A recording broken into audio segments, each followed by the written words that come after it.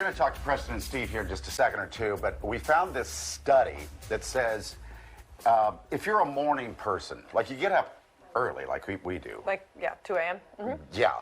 You may be blessed with the gift of gab.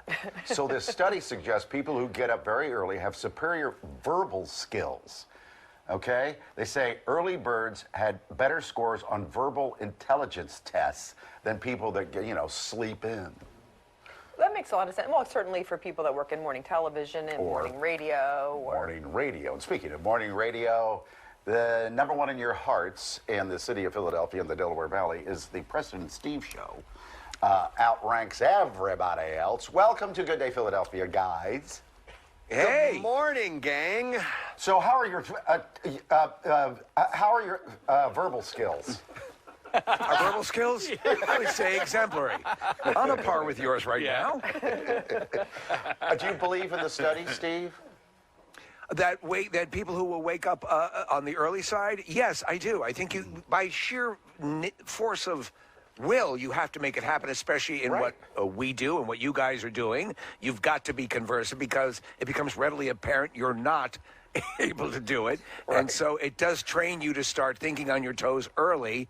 And, I think, and sometimes people will come in here and they'll say, how can you guys be up like this and be this conversive? You have to. It's part of the deal. And Preston, I also think of it like our days are front-loaded, so I think we're pretty, like, you're on target and on energy early in the morning. End of the day, it's a lost cause for me. How about you, Preston? I don't know. I don't want to talk about that. I don't want to talk about it. No, yeah, I know. Yes, by the time we are done, when we are done, I'm like, I'm done talking. I'm out of words. I'm done talking. Literally run out of words. But that's why their marriages it can definitely be a bit much. All these years. It's right. Yeah. I will say that, though. I mean, I will say I've used all my words for the day. That's it. Daddy he's just going to sit here in front of this giant box of moving pictures and not say anything. Of course, just last week, we did a study that said the exact opposite of this. Of course. I know. Yeah. And I'm waiting for the next study about how eggs are bad for you again. So it goes back and forth. But I think from our anecdotal evidence, yes, I think waking up gets your mind wired and primed to go. And to what you were saying, Karen, it's the same thing, is that at the latter part of the day, you become a mime. Yep. Yeah. How was Thanksgiving for all of you? I had COVID, so that was lovely. Super. Yeah. Thanksgiving. They stopped doing turkey a long time ago and now get a disease every year. That's common. But pretty low key, and everybody kind of took it easy. It was nice. It's very low key. It's your favorite holiday, which is the big absolutely. problem. It's my favorite holiday of the year, and it was not as fun this year, but nonetheless. You still have Arbor Day. Yeah, it's Flag Day.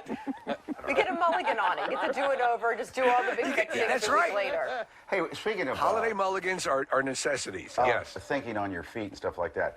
Where do you suppose that term came about? Thinking on your toes.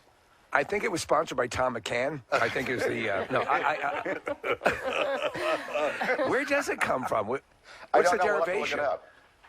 I just realized. Is there some sort of internet resource? We did a segment with the mayoral candidates. We're up to 8, and you're throwing your hat into the ring. Yeah. You know that's a boxing term. Yes, I did know that. Yeah. Yes. Oh.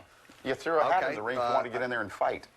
So I could see that. That's like toe the line. That's that as well. It's same with boxing. You would step up to the line, would put your toes on the line, you're ready to fight. So how about that? All right, you quick thinkers and Buck stops here. Thank you, gentlemen. Conversive people. We'll see ya. Bye-bye. Love you guys.